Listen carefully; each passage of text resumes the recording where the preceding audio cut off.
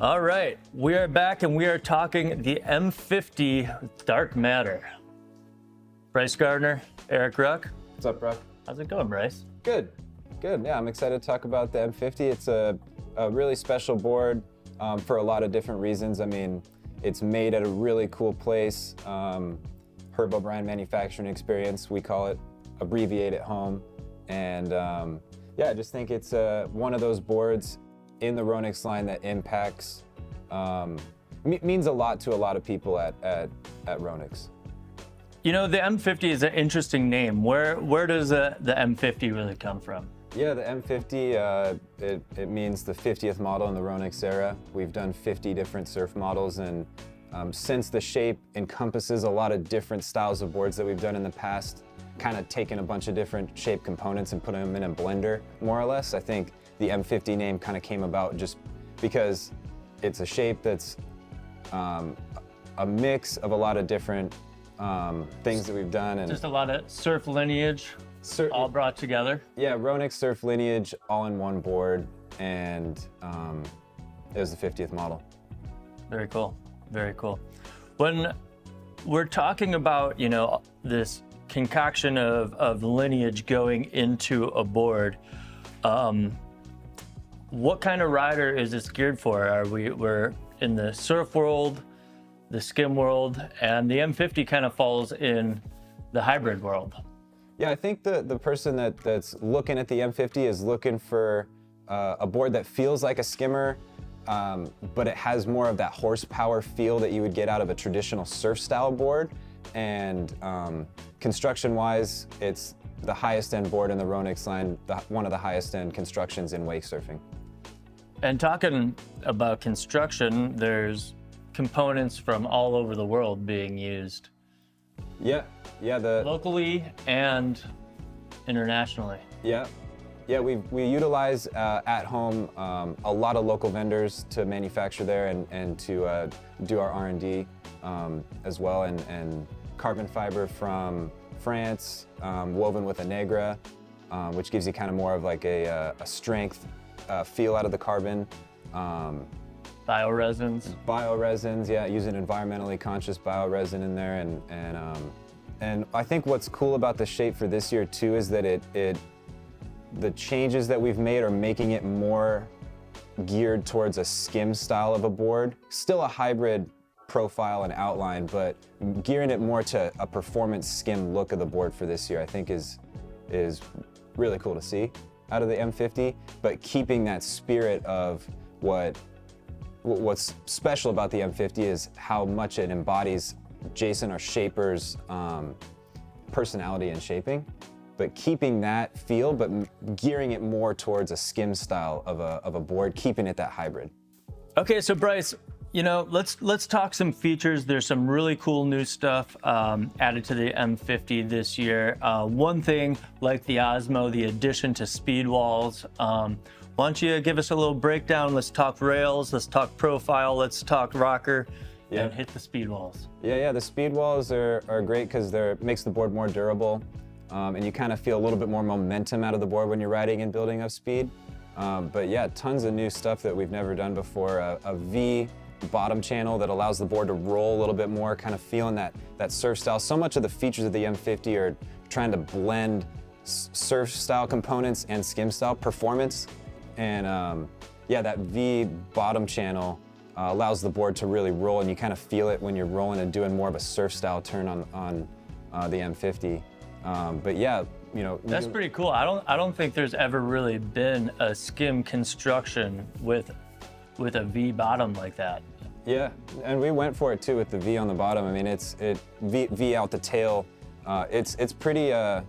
It's a big bottom contour for sure. But yeah, just allowing that board to roll and adding tip flip into the rocker, changing the rocker profile a little bit, doing more of a carbon skimmer rocker line with the M50.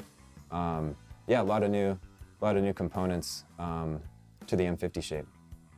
Very cool, very cool. So when we're talking about fins, got the button system in there, which is actually the first board that we integrated the button system to, right? Yeah.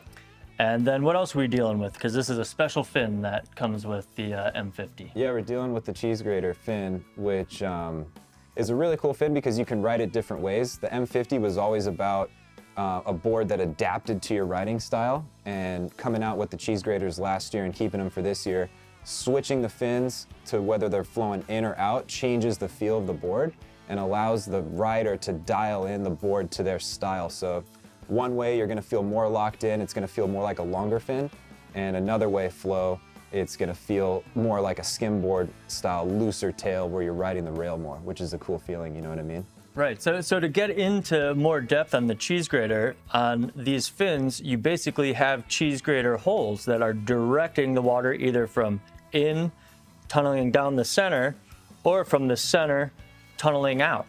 So just by changing what side of the board you have fins on is going to make you have more connection, feeling like there's a bigger fin, and vice versa, it's going to free it up, give you more of a pivoty style, freer feeling on the water. So, you know, kind of a theme through a lot of what we're talking about in surf fins and our surfers is having that versatility with one set of fins to change your game up. I also kind of like how, you know, they don't feel slow.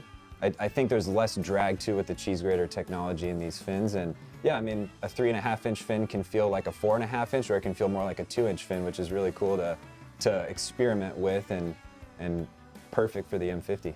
Exactly, I love that. Really cool fin system. I'm really hyped on the cheese graters. We're also looking at a quad fin system, right? Yep, quad fin system. In the past, the M50's been a thruster, but we felt that with the V bottom contour, having a quad fin really allowed that pivot and that roll out of the board when you're trying to bank a turn.